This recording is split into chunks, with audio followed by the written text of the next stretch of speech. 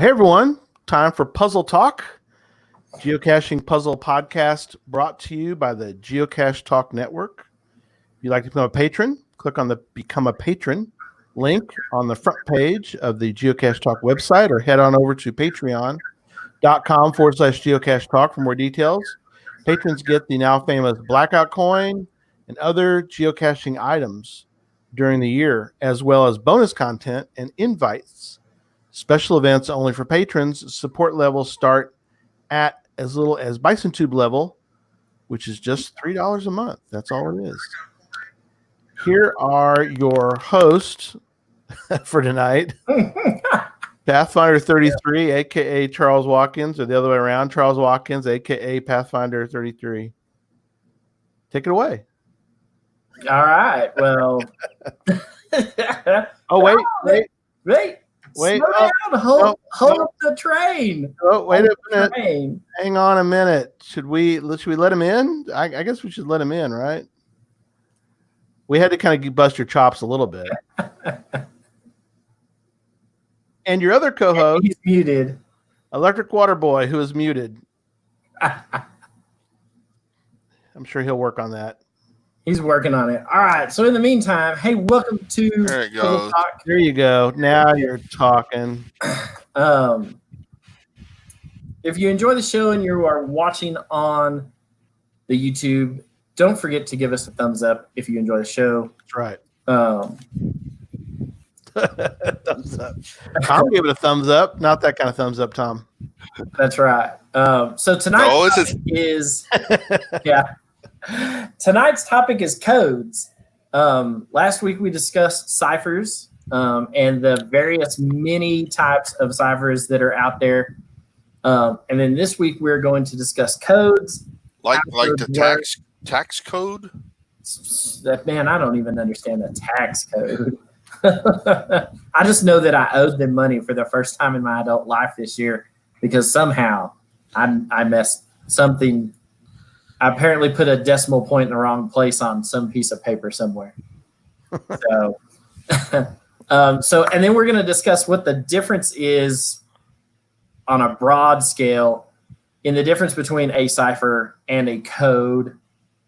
And then we're going to break it down and give you some examples of different codes and whatnot, and some of their uses and where they were used, and how you can take some of those and learn to decipher a puzzle cache in your area, or take this knowledge that you will learn tonight, hopefully, and you can build your own puzzle cache with that. So yes.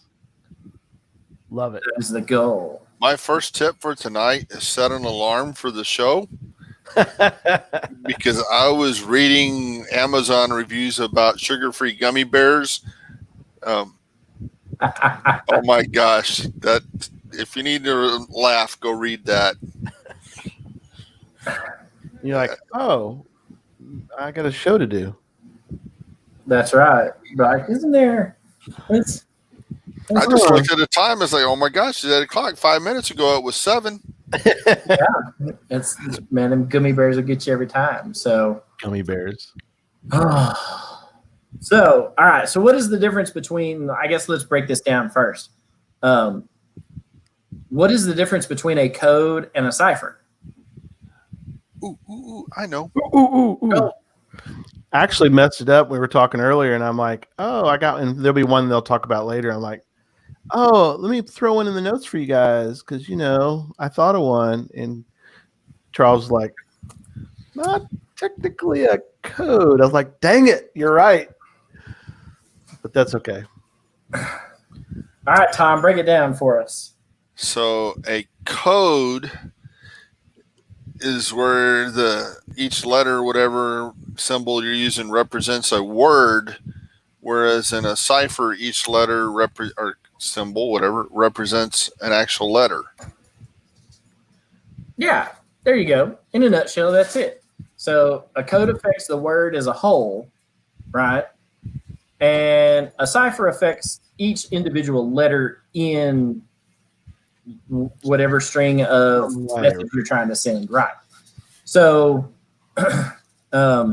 like Pig Latin is a code because every time you add the at the end of it, right, that affects the entire word as a whole. So a code simply is a system of changing entire words or phrases into something else. Codes are not just secret messages. They can be any symbol or signal used to represent or communicate something else. For example, in a lot of movies, they refer to the president as the eagle, right? So the eagle has landed, the eagle has taken off. Eagle is code for president, right? Oh, yeah, that's a cool one. Right. So everybody has their own code names somewhere. Similar to our geocaching handles, right? They are a code for who we really are, right? So Pathfinder 33 is Charles. Right. Right. And then Electric Water Boy is Tom. So those are code names that fall into this whole code system. So there you have it in a nutshell. That's kind of the easy way to break this down, the difference between a cipher and what a code is. So I like it. Makes sense. Yeah, you don't have a cipher for a geocaching name. You have a code. So that's good. right. Makes sense. Did the light bulb go off, Tom? Thought of something? No, I don't have the notes in front of me, so I didn't want to jump ahead. But so there are codes, things called codes that really aren't codes, but they're ciphers. Yeah. Right. Such as Morse code. Right. And So I don't know how to pronounce it. The one that's similar to Bodao. Right. Yeah, I don't know that. And tap. That's you say tap code.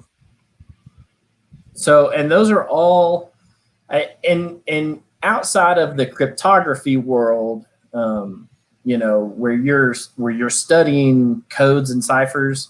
Outside of that, though, the word code and cipher to your everyday civilian, regular geocachers, people who don't study this or play a part of cryptography in a professional sense, interchange those words all the time, right? So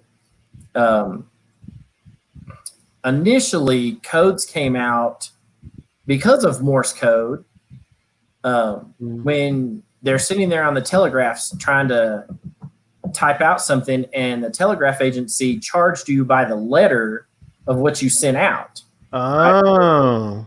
So that's where they started having codes that represented like a half a sentence or a sentence worth of actual words on the backside. So codes initially required the use of a code book, which contained all of the code words and what they represented. You consider considering the large number of words in most languages, right? It's normally quite a large book. If everybody remembers the old Ma Bell, Dallas Fort Worth, back in the day, books that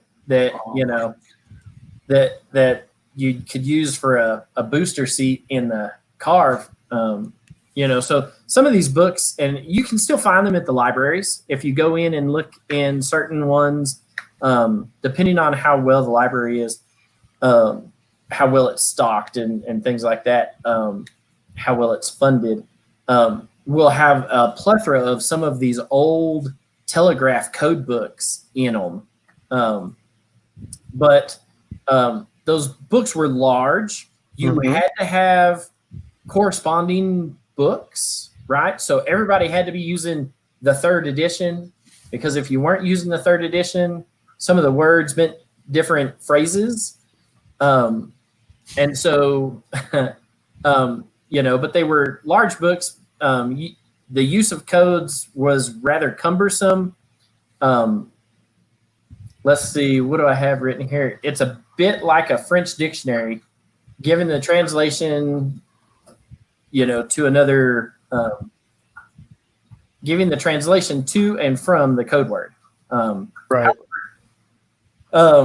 They can be used to encode keywords in a message. So although potentially hard to use, a simple code can be very effective since even if the message is intercepted, they can be used so that the code reads as an innocent or unrelated topic, like the eagle has landed, right? If somebody intercepted that code back in a World War II battlefield, they might not know the eagle landed. That's right. Whereas people in the know would know that means that the president is here. So in many ways, you can use a code if you're maybe trying to really hide the information in, say, a paragraph or whatever, because it kind of blends in, versus a cipher is not going to blend in. Some ciphers won't blend in at all. It'll be, if you were trying to hide something like that versus. Right. Yeah. And you could totally make, a sentence in a paragraph of plain text that you sent off be the actual code. Right. That, whoever's receiving it would understand it. Whereas somebody who intercepted it, who isn't in the know about it, right, might struggle trying to figure out what y'all were talking about, because it reads as plain English or whatever language you're in. And so it looks innocent on the outside unless you're in the know. So, again, some of the best examples of that. Mm-hmm. Teresa, yeah. Text shorthand typically is actually a code, not cipher. Right. Because it's playing on the entire word as a whole, like LOL is a code for laugh out loud. Right. And so Teresa's correct there, is that some of that stuff that is shortened to some initials that mean something else, OMG, FML. No, I didn't say that one. All of those are codes. Find my llama. That's right. All of those are codes for something else. And again, the commercial telegraph code books were one, but those things were monstrous. The military used some that were famously called a one-time code book, or a single-use code book, right? Mm-hmm. It may be 100 pages of this stuff that has a code word and the stuff that you're trying to write in. Right. The problem with that is that whoever you're sending that code to has to have the exact same code book, the exact same page in the code book, in order for them to understand what you're sending to them, because every page in the code book was different, right? And so you just had to know, if you were sending a code to somebody, they had to have a corresponding code book with the same pages in it. And if they had already used that one and tore it out, sending a code to somebody, right, they may not be able to read what you've sent them, because the one-time sheets, once they're gone, that was it. They were gone. Sure. So if they grabbed the wrong program going into the battle, they could read it saying, could be big make bacon and eggs, and what it really said was retreat now. Right. Yeah, exactly. So it's funny how some of that stuff all works, but they were very cumbersome. It wasn't a very good use of stuff militarily wise for the code books, because they were so bulky and cumbersome, and you had to make sure that everybody had the same edition or the same pages in order to get out of them what they were trying to send to you in a coded message. Right. The military finally got smart about this at some point, and figured a separate way of doing codes that didn't involve a book. Mm-hmm. Tom, how did this code system work? I don't know, because I'm sitting there thinking Enigma cipher stuff had a code book, because you had to have all the right settings for the machine, because that changed every day. Right. Or every letter if you did it So- a certain way. Right. So what did the U.S. So not thinking about the German army. Yeah. What did the U.S. Army use? Oh, the Navajo code talkers. Those The guys. Navajo code talkers. So what they did was just spoke Navajo, right? And it changed the entire sanctity of the word, because it took your word and it didn't change it. They just translated it into a different language, right? That nobody Right. that most Navajos probably nowadays have the Navajo language is so complex for some of it that the Navajo code talkers, they were fluent in Navajo, and they would put them on opposite ends of battlefields or at strategic places in the world, so that they could decipher what was being sent to them. It wasn't anything grand. I mean, it was no different than speaking French, except the Germans had probably never encountered Navajo. Japanese had never seen it, or Japanese had never encountered the Navajo language, and them listening to Navajo is so out there, right? That if you didn't have a clue what it was, you'd never be able to break that, because it's been a spoken language for 1,000 years, and it's just like rolling up into Romania. If you don't understand Romanian, you're lost in the sauce. But the Navajo code talkers were a huge benefit to the United States, to the military and the federal government, and really were instrumental in the turn of the war and the outcome of it, simply because the Japanese had no idea what we were talking about. And even though they intercepted our radio transmissions and they knew what was being, they knew that there was stuff being said. They just didn't know what it was, and they had no clue. But, a huge benefit to us on our end of things. And even if they had translated the words, it still wouldn't have meant anything to them. I'm looking up some of the codes, like for a torpedo plane, they call it a swallow, and a bomber was a buzzard. So inside the language, they even used a code. That way, code within a code. Destroyer was a shark. A cruiser was a small whale. So you'd have to know Navajo and then know the code after that. Yeah, that's rough. So they really protected those, because I remember what was that movie they had? Yeah. Wasn't it just called the something about wind? Yeah. Wind Talkers? Wind Talk, Wind Talk, 2002. Yeah, there was a movie. Yeah, it was like, you protect that guy at all costs, and then if you can't protect him, it's like, sorry, dude, you're going.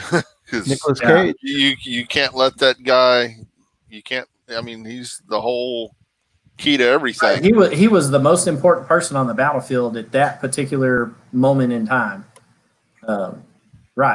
Wind Talkers. Wind Talkers. That's it. Yep, 2002 with Nicolas Cage. I think that's a phenomenal movie. I think I've only done one, maybe two caches that use this, and they were fun, because they were educational to me. I've done a couple of them where I've lived out here in the West. Not that Texas isn't the West. Don't neither of y'all get mad at me. But we've lived next to the Wind River Indian Reservation up in Wyoming. Where I live now in Southwest Colorado, we're down here next to the Navajo reservations in New Mexico and Arizona. Right. And then, not that I haven't had, because I haven't done a whole lot of geocaching in New Mexico, but growing up, we used to go up to the Taos area in New Mexico around the Mescalero Apaches. Mm-hmm. And so I've been exposed to it. I served in the military with a guy who lives on an Indian reservation in South Dakota, the Pine Ridge. Mm-hmm. I think that's what it is. Anyway, he's a Native American and was stationed in Germany with me for 4 years. So it was a very eye-opening and educational process talking to him about what they called res life, living on the reservations and growing up on them and whatnot. So, but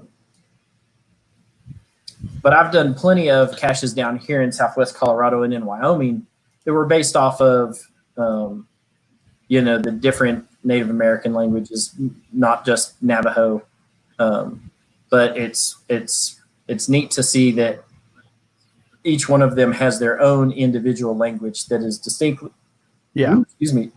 different than the other. Right. So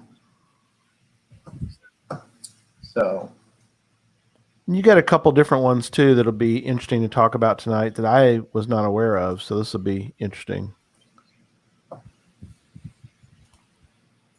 I never heard of your next one. The Bodo. That's the Bodo. I guess that's how you pronounce it, Bodo. Bodo. Mm-hmm. I've only seen that once, and it's like Morse code, except for it was one. The one I saw was one. Well, I think it was ones and zeros, but it was. Yeah, I think it all starts with a dot and a dash or a 1 and a 0. I don't remember. At least it says in here, each character is the alphabet is represented by a series of 5 bits sent over a communication channel, such as a telegraph wire or a radio signal. The symbolic rate measurement is known as a baud. Kind of like, remember, you had a modem back in the day. Certain baud, that's for that. But yeah, that's pretty wild. That's I had never. Well, and that falls into like Morse code. Is it even though it's called in the title of it, it's called the Bodat code. Yeah, it's not really a code. That one probably is because it does it on the individual letter and not on a word as a whole. Oh, interesting. Okay. So it falls in that same category as Morse code. It's not really a code, even though the title of it is Morse code. It's not. But in some ways, though, you because I guess you don't have to do the whole word, do you? So you could. So it more is a cipher. And I've only seen that in a puzzle once. And the only reason I figured out what it was something about the Titanic, and they gave the date and some other clues that lead you down the trail to find that particular kind of code. Oh, wow. So that might be a good one for people to use if it's not been used very often. Maybe that'll really. Yeah, because we've seen Morse code out there in puzzles a bunch. Sure. Oh, yeah. It's got, that's interesting. Very different look to it, too. Whereas, all right, so along those same lines, Braille, right? Braille has an individual letter for it has a paper code for every single letter in the alphabet, right? So for grade one Braille, for grade one. Right, exactly. So there's where we're going. I've got a friend who's studying Braille now. She's a teacher studying Braille so that she can work in special education. And there's Braille that means entire words as long as you get advanced down into Braille far enough, right? And so there's a difference between a capital P and a lowercase p in Braille.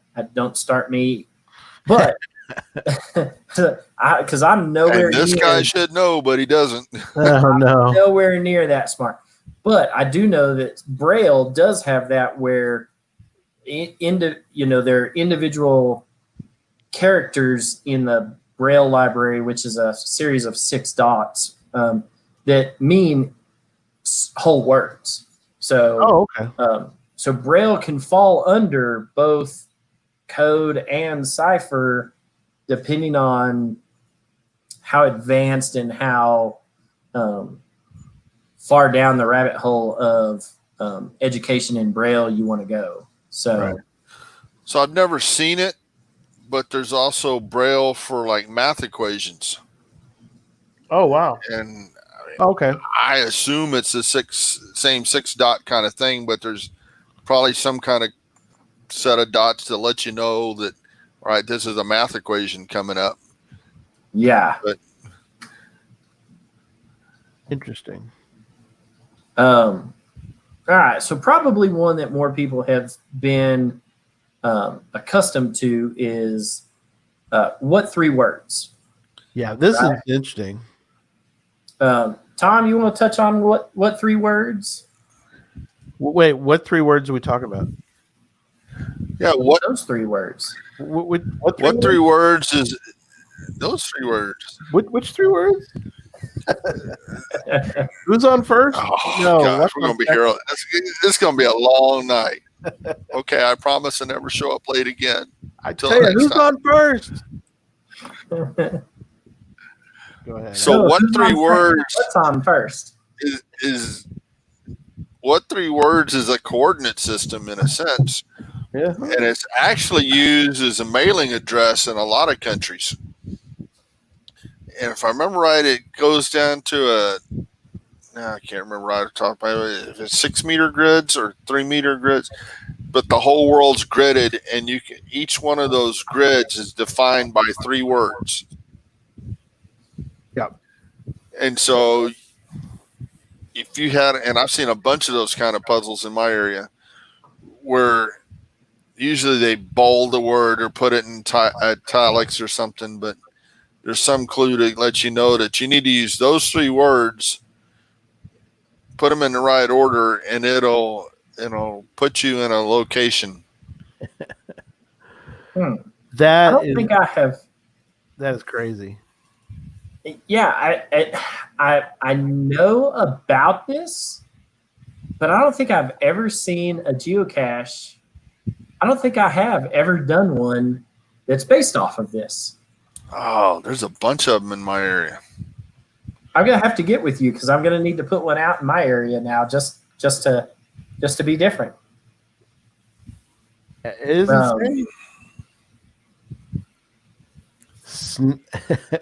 I put in a random place and it came up with snacks trying dress somewhere in Brooklyn, New York. Oh, well, let's try this real quick. Dun, dun, dun, dun. This, I found this. Let me share this screen with y'all. Okay. Where are we gonna go? I did the Clip Apples Leap, Right. and that takes you to some park, New York, and New York, in Manhattan, Lower Manhattan. Clip Apples Leap. So it takes you right down here to a grid, which that's New York City Hall. Yeah. So these are all your little grids right here. Yep. So in theory, you could tell somebody you could look up your own address. I wouldn't suggest giving it out tonight, but you could look up your own address and you could give it out to somebody, I guess. But I guess you're right. You could use it for a clue, for a final, maybe for a final, right? Yeah, that's what they do. That's what they're doing. But like I said, on the website, you go read it. They'll tell you there's some countries that's what they're using for your mail. Right. Oh, really? Interesting.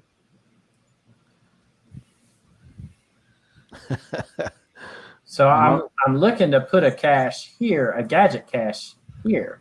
Mine is a Scribbling recruitment tortoises. I kind of like this. I kind of like that.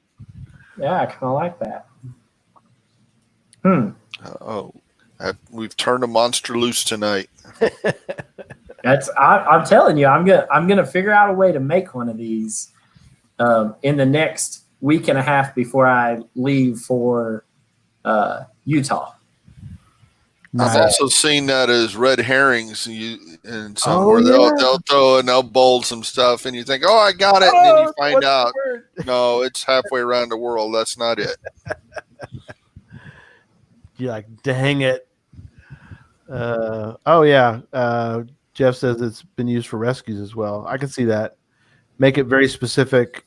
It's probably easier to give a quick 3 words than it is to try to give a full address, especially if it's not clear.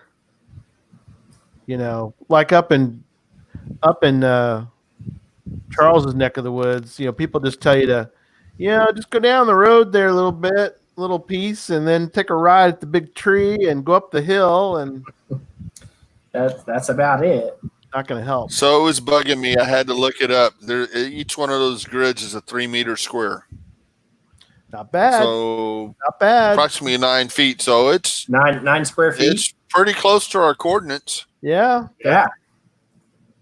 Just make sure you got the right. Now, I haven't looked, but if you look at that, is the 3-meter square next to it, Tom? Is it a whole? It's totally different. Oh man, that's wild. So Clip Apple's Leap isn't next to Clip Apple's something else. No. Man. No, but those 3 words will be used, and if you interchange them, you'll get something totally different. Lyndon's asking if that would 3 words abide by the rules. I think you would have to give the reviewer. No, you got to get the final coordinates. Final chords, but you can give cachers those. Yeah, that's right. They don't need the final chords. So let's look at this. I pulled this up, and I'm still tinkering with it on my other screen. Yeah.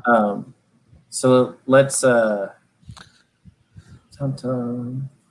if we move this over just 1 square. Yeah, and then let it come right. Up. Yep. Compensation scar coffee. And you go over 1. Imaged envelope scout. And you go over 1 more. Dale's masked president. So man, it is completely different. They're completely different and random, even though they may be 1 square right next to each other. Immigration, paperbacks, onions. That. All right. I wonder if, that's incredible. I've seen that before. I heard Podcaster mention that on a show, but I guess Owen will let us look at his cache if that's okay. He posted it, so I guess we can look at this one. I'll bring it up. GC8B 9K. C9K. Cool. Nice. All right, let me share that screen. Y'all could talk about.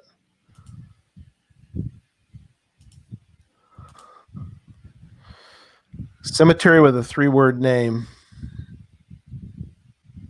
Well, so right there with the title alone, that gives you a clue that you could be going down this road. I mean, right. Doesn't have to be, but that's one of the first things that would jump in my head. Exactly. So scroll down a little bit. Let's see what the description of this says. Cache is not at post coordinates, and then gives some information. Tired. I see multiple is in italics. Yeah. Interfaces in the second paragraph is italics.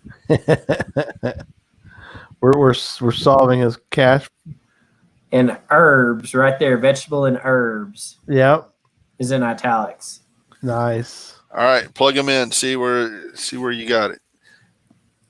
Wait, let me get And back. we assume they're in the right order. We're assuming that that's correct. So what was Multiple the first one? interfaces. Multiple interfaces. Herbs. Wow, 43 people have had trouble with that one. Not certitude.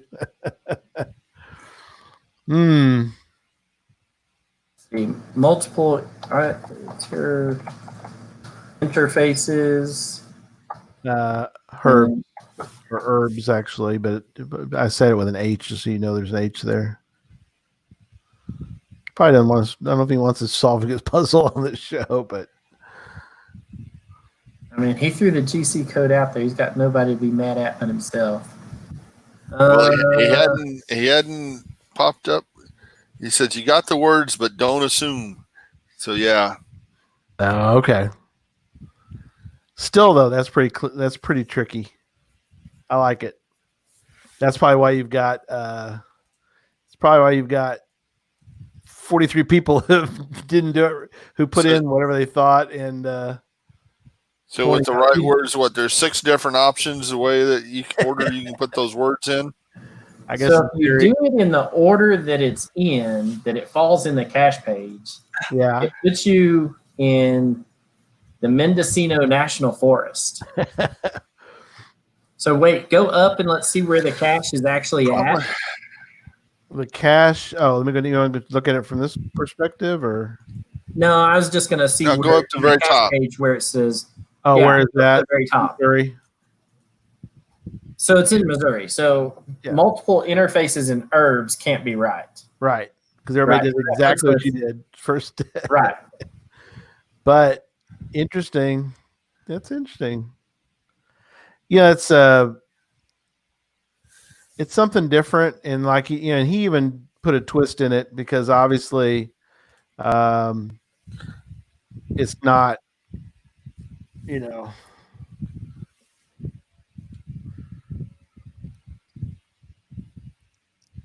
Yeah. I'm sorry. Yeah, 43. Yeah, there are 43 wrong answers exactly.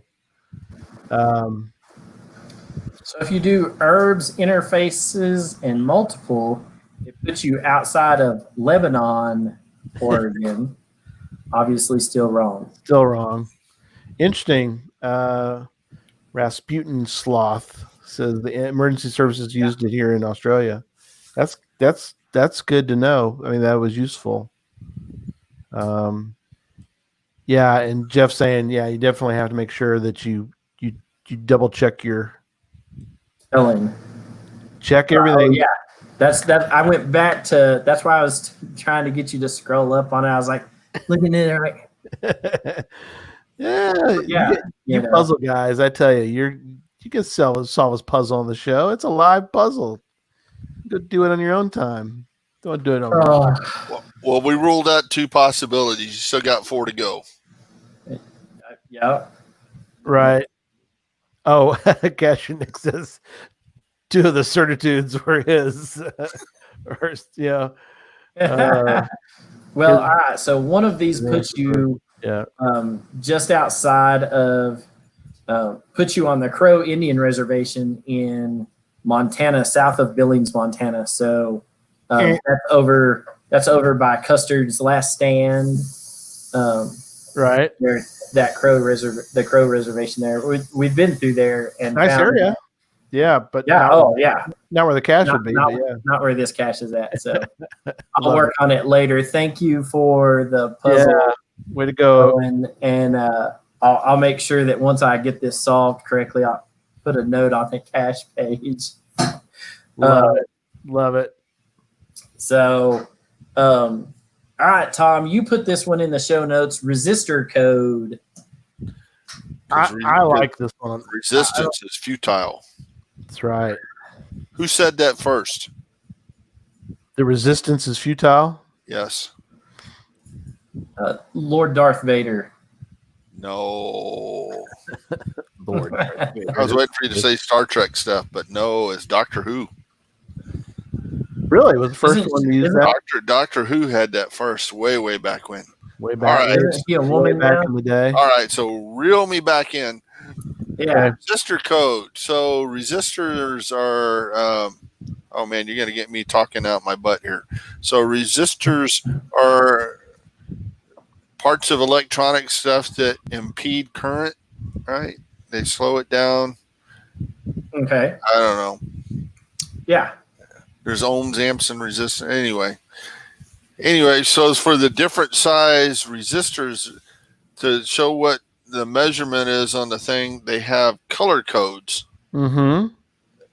and you need the color chart to look at the thing to tell you what size resistor that thing is. So the 3, 4, 5 colors that are on that thing each has a number.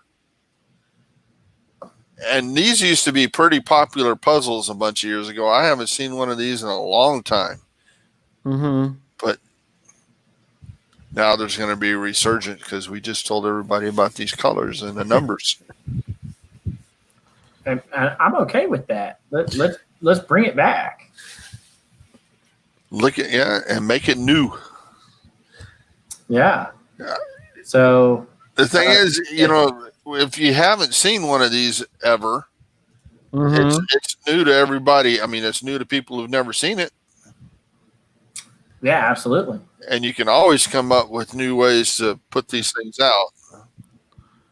So they had an example with using different words. There's an example on the page about bad booze rots our young guts, but vodka goes well in silver goblets. This one includes the tolerance bands of gold and silver. So there's a way to use words to represent the letters, but I guess that's true of any.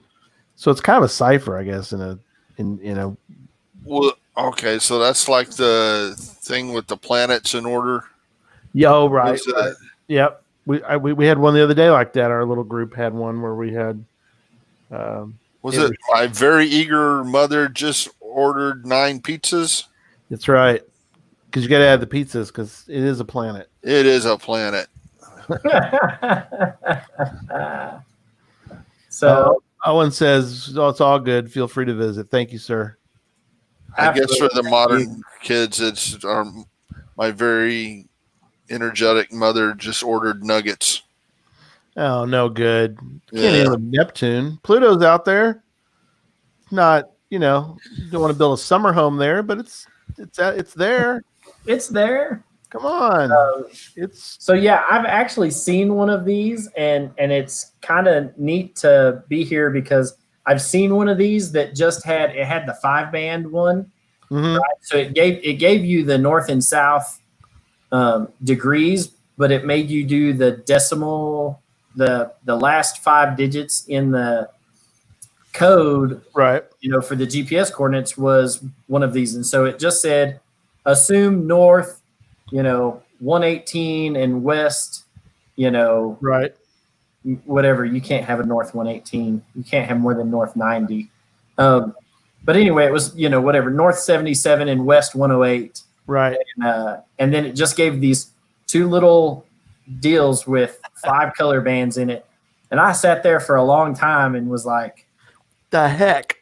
I don't understand where, and so like I downloaded the image and opened it up in like Microsoft Paint and tried to blow it up to see if there was, like, you see some of those Roy G. Biv ones where you got to blow the image up super big Right. in Microsoft Paint in order to figure out all of this stuff. Right. So it's kind of neat. I'm going to go back and try and find this puzzle now and see if it's still around. Sure.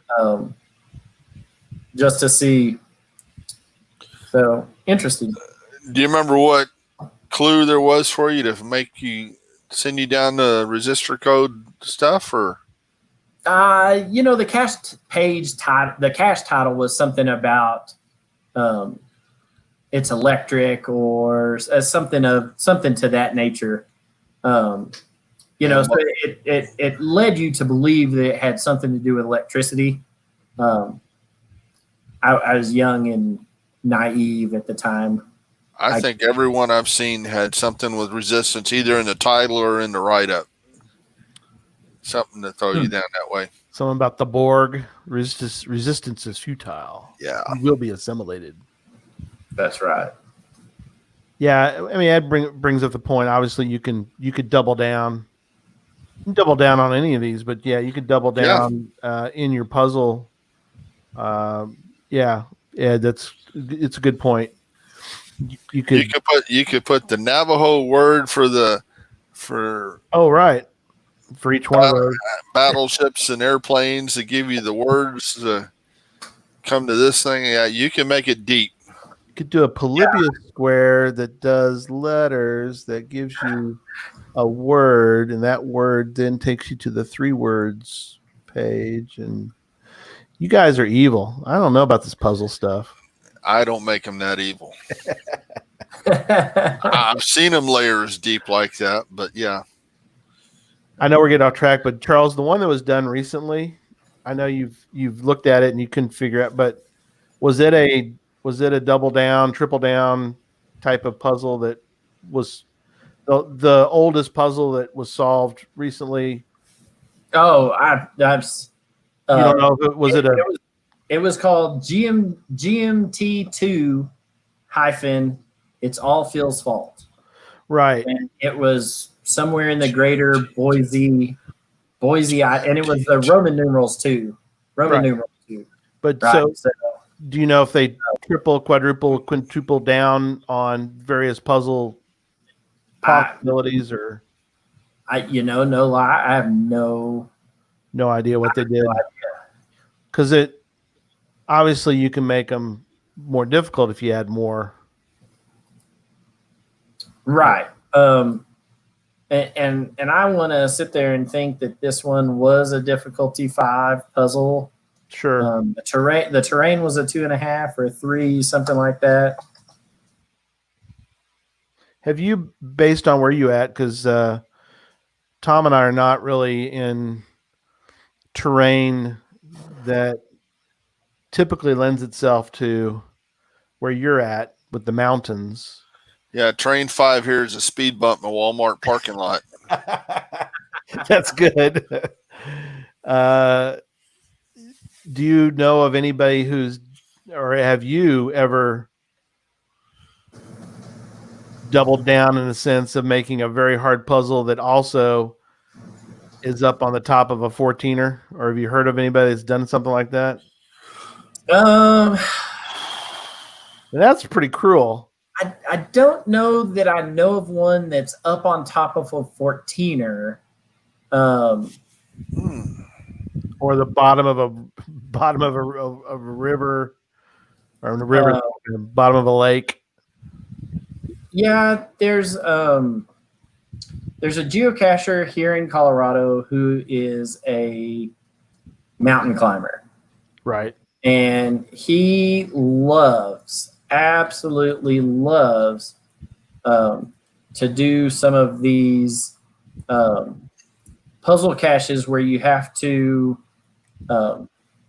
he'll give you one that is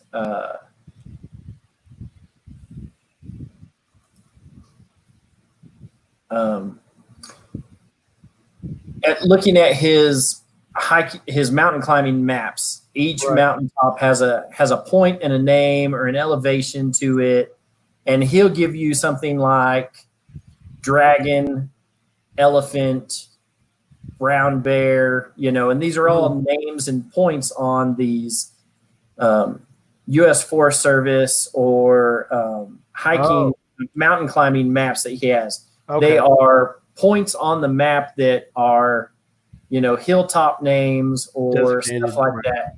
And you have to go in and figure out, he may tell you last digit, right? That may be the hint, last digit. Right. So he gives you these 10 or 11 names. You've got to find the corresponding map to the area and then find all of these points and what numbers they correlate to. Right.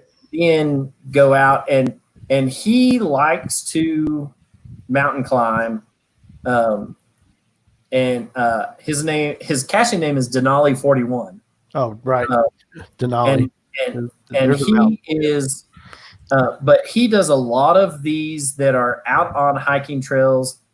He did a plethora of them. I was lucky enough to get a first to find on one up in Wyoming.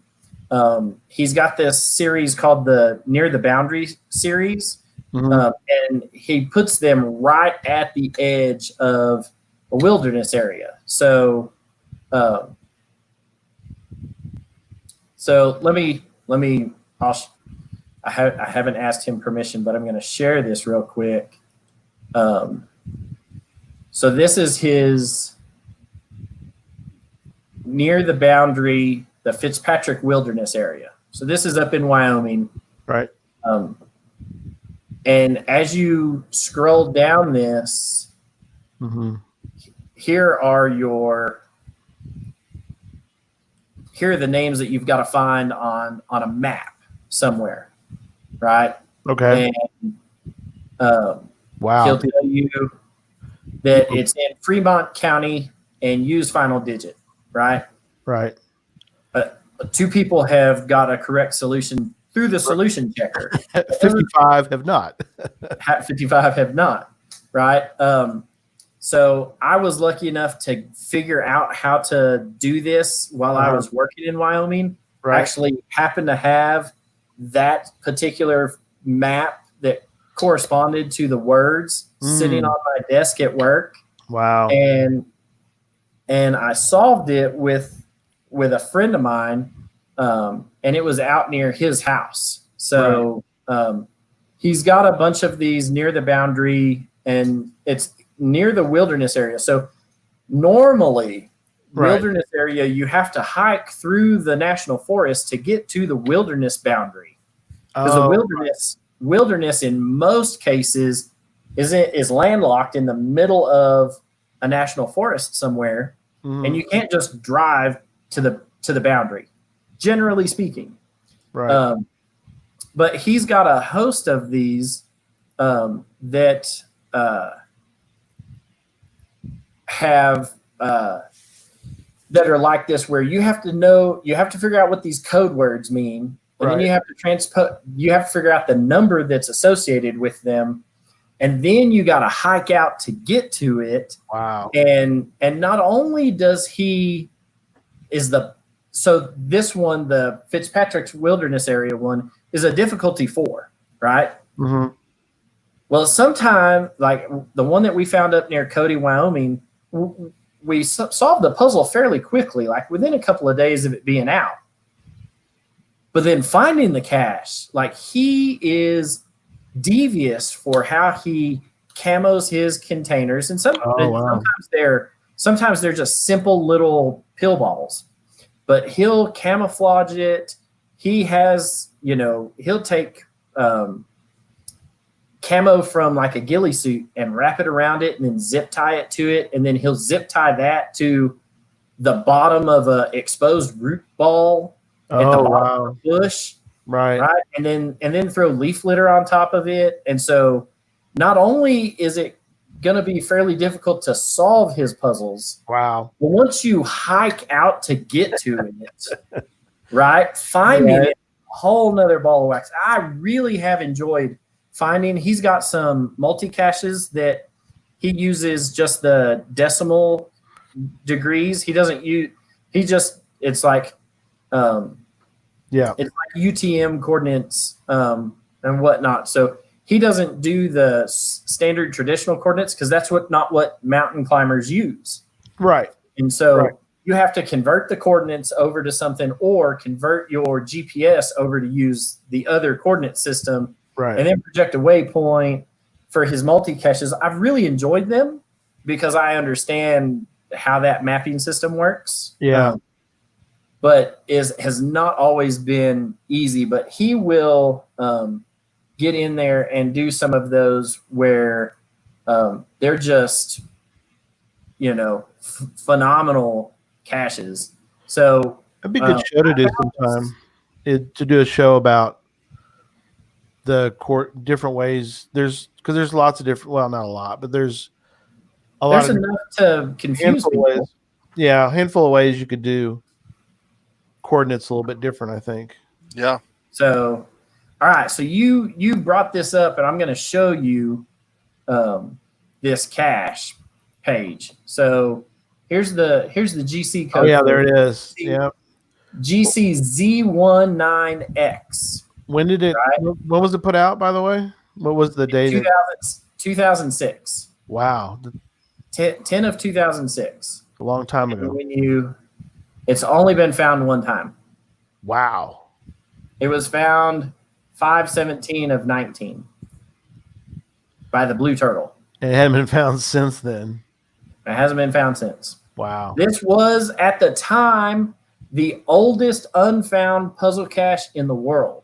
Right. I can't tell you how many times I had looked at it because I was like, yeah, I'm going to figure out how to do this. I'm going to go over to the Boise area and I'm going to find it. You know, this was coming off of the high that I was on from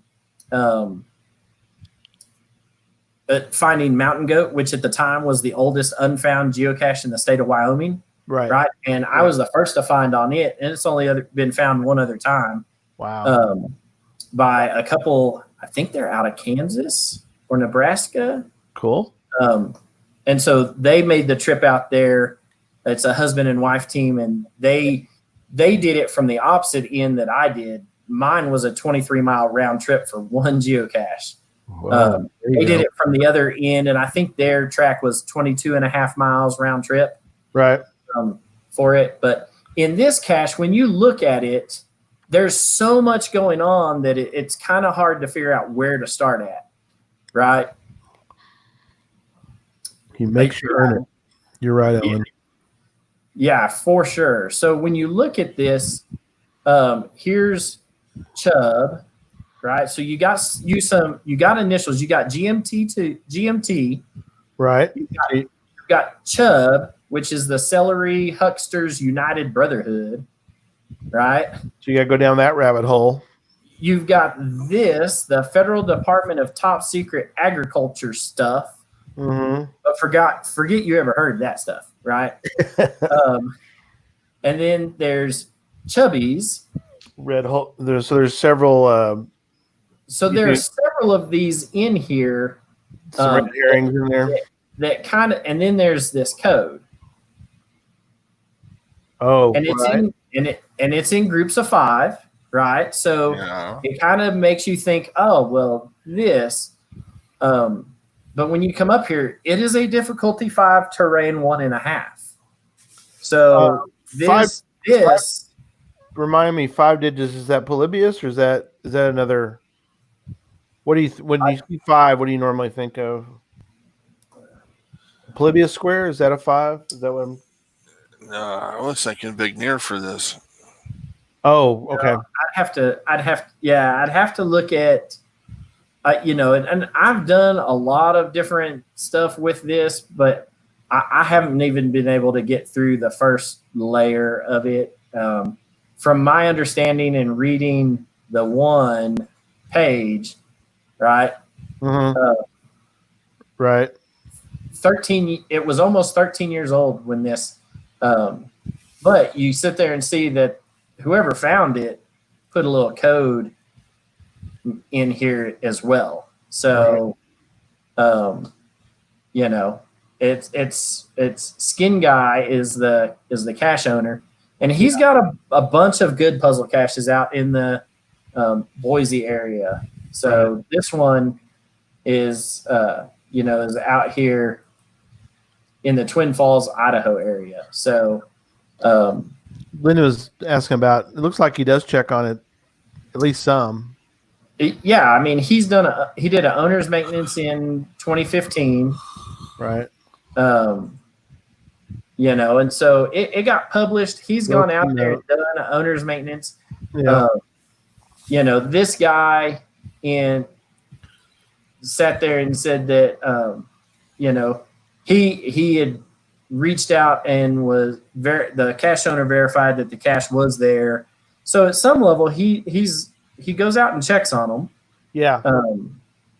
And sometimes, I mean, with a 1.5 terrain, it may be, super easy at the bottom of the. That's true. Yeah. stop sign post at the end of his block, and so he drives by it every day, and he's like, "Oh yeah, still there, good to go." That's probably actually a good idea. If anybody wants to, in case anybody does want to make it really, really difficult, cache is maybe you might want to make it so it's easy to do, easy to check on, so that it may sit out there for a long time, and so people are always maybe going, "Well, is the cache still there?" And you go, "Yep, drove by it yesterday." Yep. I mean, I've got one that is a Terrain 5. We walk past it at the park, and we look up and be like, "Yep, I can see it. It's still up there. Still up there." And down the trail we go. Yep. That one's only been found a handful of times, but it's 25 feet up in a tree and out at the end of a branch, and so you're not going to be able to climb the tree because it's out on a dead branch. So you can't climb the tree. You got to get some sort of ladder pole. And a ladder does you no good because you can't lean the ladder up against the dead tree limb, and it's far enough out there that you can't lean the ladder up against the post. Right. Up against the tree and then pull it off of the limb. So if you use a ladder, you also have to use a pole. You're gonna need I used one of those. Yeah, I used an extend-a-pole to put it up there. So you need a chainsaw. Now that's a tot. Yeah, that's a real tot right there. That's probably not the tots you want to be using. Log it and then say needs maintenance. That's right. After you felled the tree. Well, and that was always kind of one of my concerns was needs a new log. Is somebody going to knock the branch off? Right. It's a dead branch up there. Yeah. And so then I'll have to figure something else out. But all right. So that was the world's oldest unfound puzzle cache until a year ago. All right. But if you solve something like this, before you ever even go out and find it, you're gonna email the CO and say, "Hey, I'm gonna go look for it," and give them a heads up, because, like you say, you don't want to get out there in the middle of nowhere and find out it's been missing for 2 years or. Right. Yeah. So. All right. Let me get you boys back on track. We're here. Oh, this is one of Tom's things. Tom, you know how I feel about using Wikipedia as a source. Well, I just use Wikipedia because it is a place that tells you what Dewey Decimal stuff is. That's all it was. A place for information. So the Dewey Decimal System that libraries base all their stuff off of is a code system. And it's been around since Tom, how long has this thing been around? I mean, you were still in diapers when it first came out, right? It was 5 minutes after the first book was written? The Dewey Decimal System, it says 1876 was the first publication of the Dewey Decimal System. Yeah. He developed the ideas for his library classification system in 1873. He applied the classification to the books in that library in 1876. So, yeah, I mean, Tom was just in diapers at that point. I mean, yeah, I had learned to walk by then. Long time ago. It is interesting to think about. I mean, because it's got these, like you said, you could do some things with it, because you got these numbers that refer to sections and right. So you could use the numbers to come up with words. Using what 3 words? Oh, that's true. You could. I have. You got some more in here too that are kind of cool. Are you? What? But there's some other library codes too. So. Yeah, pay no attention to the man behind the curtain. To the woman behind the curtain. So she comes around and slaps you upside the head. It's liable to happen. And you can pay complete attention to her. So things in the Dewey Decimal System are broke down in the zeros, the 100 categories, the 200 categories, 300, so on and so forth. A good number of the library caches that I have found, you had to do something with the Dewey Decimal System. In fact, I have a geocache that references the Dewey Decimal System. It's a lot. Believe it or not, it's a library cache. What is? Wow! Well, look at you. And it is in. You go with your bad self. It is in Odessa, Texas. Yeah, bring that. What GC? What? I think I've solved it. I just haven't found it. I'm looking for it real quick. It's called the Secret Out. It's called the Secret Outback. So it's a GC 4TDC1. 4TBC1. I know I probably got a note. Don't worry, I'm fixing to show it to y'all. I'll share this screen. There you go. I got something wrong. Oh, TD. D is in difficulty. Oh, yeah. D. Terrain difficulty container 1. D. C1. So this is a cipher. We're talking about codes tonight. You can't talk about it. I know, I'm but kidding. here's what you gotta figure out, right? The Dewey. It's Dewey. It's Deweyed. Well, it tells you in the hint. I hear that Dewey would argue that symbols don't count. I wonder what he meant.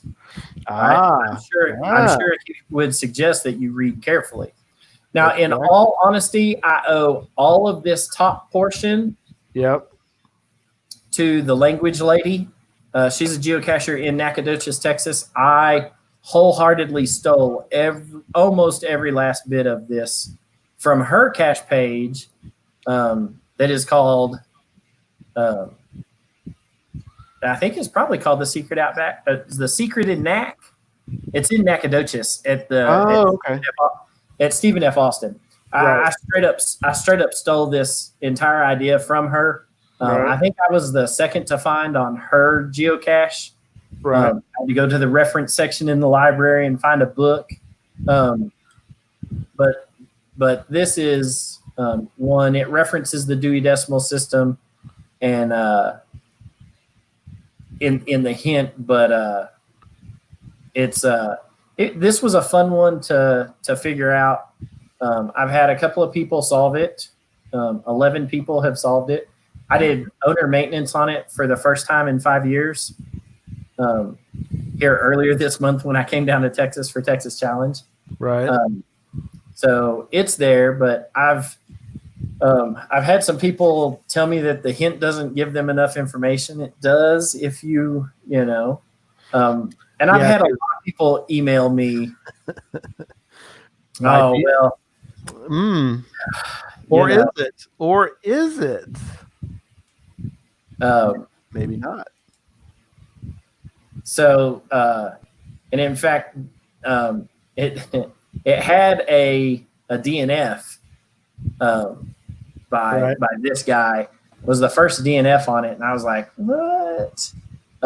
Which is funny because this individual right here. Yep. We were talking about this earlier, Gary. This individual right here. Yeah. Is also this individual right here. Oh, okay. So it was kind of funny because the reviewer who published it, ended up DNFing it and sent me a message, and I was like, nah. So I went and showed up, and sure enough, the entire ammo can was gone. So, no, he was right. It did. He was right. So I replaced it and did some stuff and whatnot. They ended up finding out that somebody who was part of the grounds maintenance crew had displaced it. Yeah. So, but it gives you some Dewey Decimal stuff here. Yeah. Right. That's the call number on the book that you got to find. Yeah. I tell you who the author was, and I tell you what year it was written. So there's some of this in there. But this was a fun cache that, and it's a difficulty 4.5 because if you get one of these numbers wrong, Yeah. You're going through the book, and this book has like, I don't know, 1,500 pages in it. Right. So, but yeah, so the Dewey Decimal System is one of those ways that people classify how libraries for the longest time classified books and whatnot and separated them between subjects. So there are a lot of good library puzzle caches based off of the Dewey Decimal System. Very cool. Yeah. I was looking at that last year. I remember looking at it because one of the current reviewers in Texas lives out that way, and I go out there once a year because he has a big event in his house or does stuff with bees. And so we go out there for his hobby stuff with bees. And so I'm going to drive 5 hours to get there. I'm going to find some caches while I'm there too. So, so I know I looked at this one. I just didn't get it figured out. And the book's available. If you can figure out which book this is, it's available online. Some of the people who have solved it from like Missouri. And I was like, really? Like they came out there, they were swinging through on vacation on their way to wherever, driving to Vegas. Right. And, it swooped through and found it. And I'd kind of reached out to them. They're like, oh, no, we found a copy of it in like Amazon Books or Google Books, an electronic version of it. And we solved it from home. So, right. So it's a fun, it was a fun puzzle to do. I owe all of the credit for that thing to the language lady who is a geocacher in Nacogdoches. She's a teacher or a professor, either there at the high school or there at the university. Thank you for letting me steal it without you ever knowing for the last 6 years. I apologize in advance, or in retrospect, but thanks for letting me straight up plagiarize your cache page to create another one. And in fact, it still uses. I have never stolen a puzzle. Never. Never. So it even uses the exact same book as what hers does. So if you're in Nacogdoches and you solve this one, the one that Language Lady has, hey, keep that book handy. Pull up my cache page. And then you go out that way. Mine too, because it uses the exact same book. That's great. So. All right, so back on track. A couple more. So, what would you do with a zip code in an area? Well, you could name a city or an area and work backwards to get numbers. Oh, that's true. That's so right, because a zip code can. Well, go with area code first. So that's a 3-digit code. At least in the U.S., it's a 3-digit code. So if I give you a 3-digit code and you figure out what city, I could spell city name. I could spell stuff with the city names, or maybe it's a number of letters in the city, or because like 210 is down your way. That's San Antonio, but also 210 though probably expands out to, it goes out a little bit, but it goes out a little ways. But you'd probably go by the major city, or you could go by the county. Right. There's a bunch of ways you could do that. Right, because you got number and so you've got either, like you said, either an area code or a zip code that could give information that gives you words.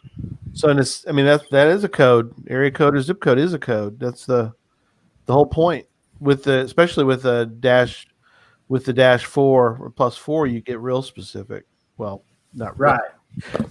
More specific, I guess, not real specific. And then you can also do. I don't know if you'll be able to do this now. Yeah. There used to be a geocache. Yeah. Called the Texas Area Code Challenge. Okay. And Texas at the time had 24 different area codes. And you had to find a different geocache within each different area code, similar to a county challenge. Right. But this was an area code challenge. The cache has since been archived, but I don't think that you'll be able to make one of these new Probably not. You can't create your own polygon system Right. in the checkers. It has to be a standard polygon. We may have to look into that. At any rate, That's interesting.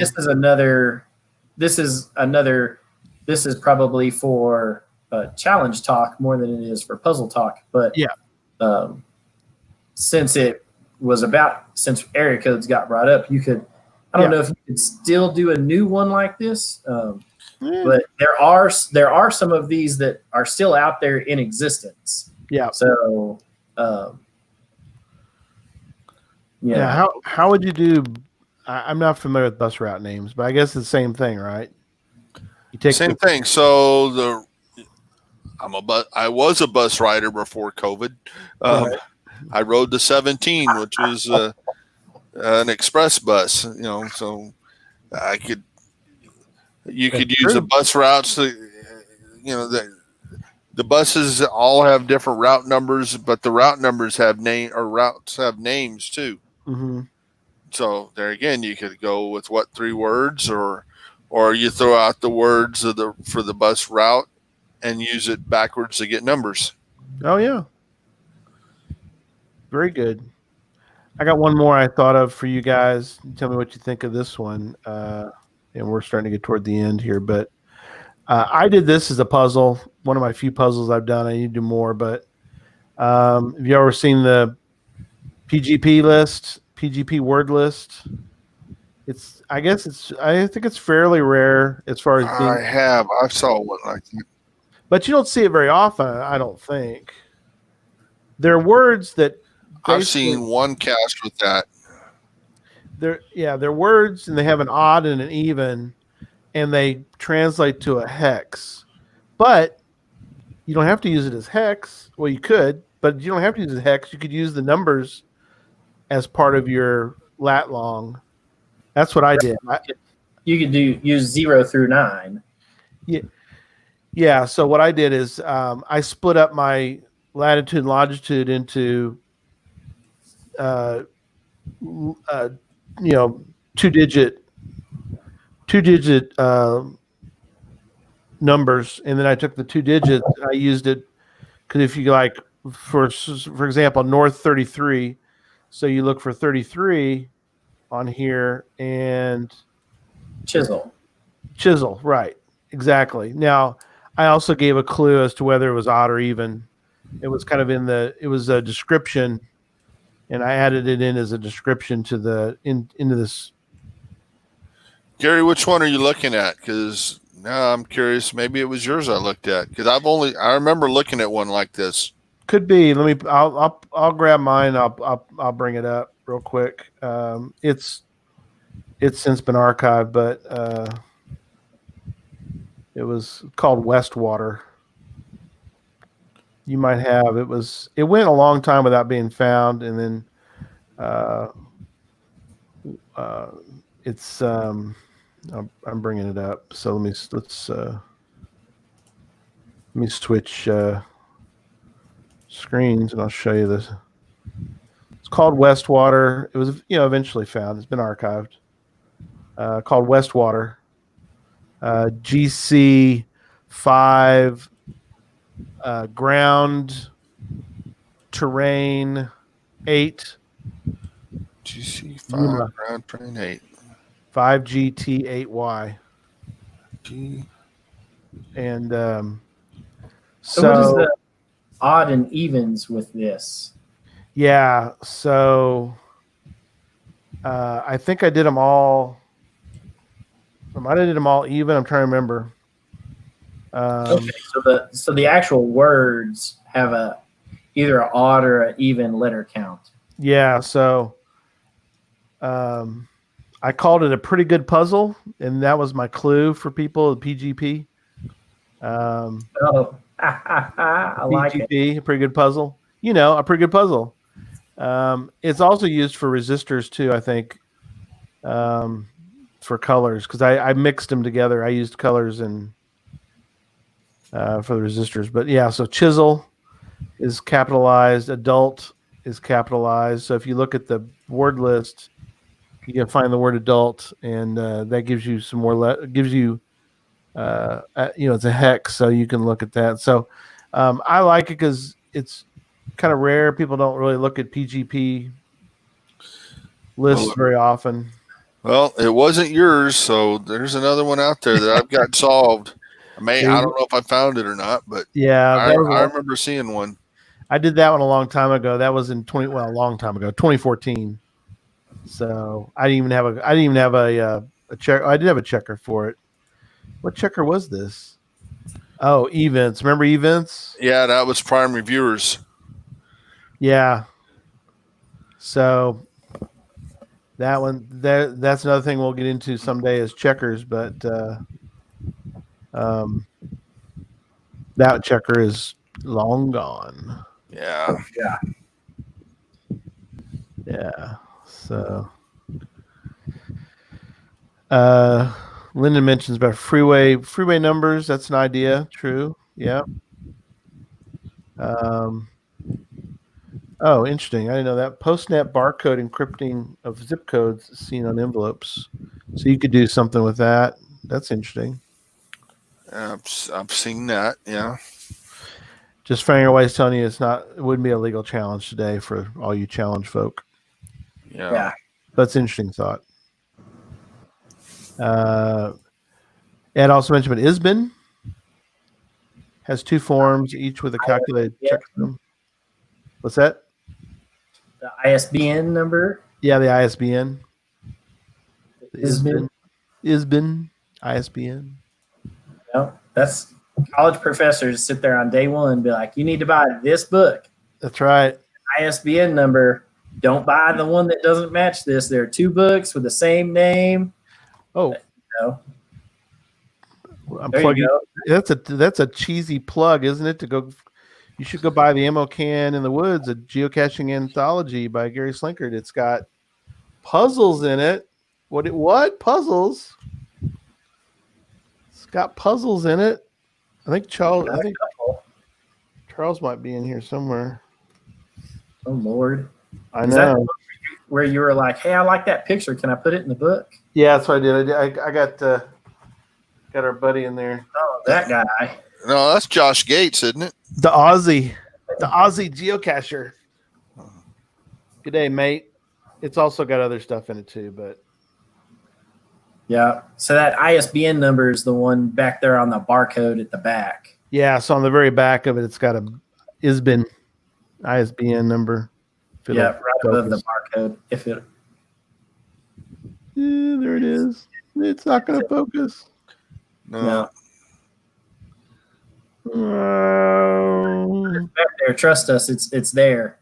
Just look at the back of any book, you'll see it. Yeah, every book has one. Every one of them has a ISBN or ISBN number. Yep. All right, I've done enough messing with you guys. Yeah. All right, Tom. Since you were tardy, me and Gary are gonna peace out, and you get a wrap of the show. You get to do the next 30 minutes. Just kidding. Okay. Well, that's all, folks. That's all, folks. I got 2 puzzles to go solve right now. That's right. All right. I guess that's it. You guys. I'm going to Owens first and Charles next. That's right. So the next 2 weeks is Gadget Talk. Yep. Right, on Tuesdays. They have the last Tuesday or the 4th Tuesday of the month and the 1st Tuesday of the month. We'll be back the second week or the second Tuesday in August. Yeah, you'll be back for the 11th and the 18th. Yeah, something August like that. 11th and August 18th. Yeah. So we have until then to come up with a topic. Yeah, for the next show. We'll figure it out. There's 1,000 topics out there, Tom. There are. And we haven't even gotten to creating some of these puzzles and codes and ciphers that we've told people about yet. We got a long list of stuff. Long way to go, but it'll happen. I like that y'all did that. That y'all did ciphers and codes together, kind of, because they pair well together. So I think it was good that y'all did those together. It and it makes it clear which one was which, which is which. So, and really, we barely even scratched the surface on them. Yeah. Yeah, there's so much more that we haven't even touched on. Yeah. Well, thanks everybody. Thank you too. Appreciate you guys for doing this. It has been very informational and got me some ideas for some new. Got to put out some puzzles. I put one out recently. You'd be proud of me. I put a puzzle. I got to put another one out. I'm going to put one out now with these. What 3 words? Yeah, I like that. I like it. So I like it. This is going to be interesting to see how this goes. All right. Well, say goodnight to everybody. Good night, everybody. We'll see y'all later. See you in a couple weeks. See you later.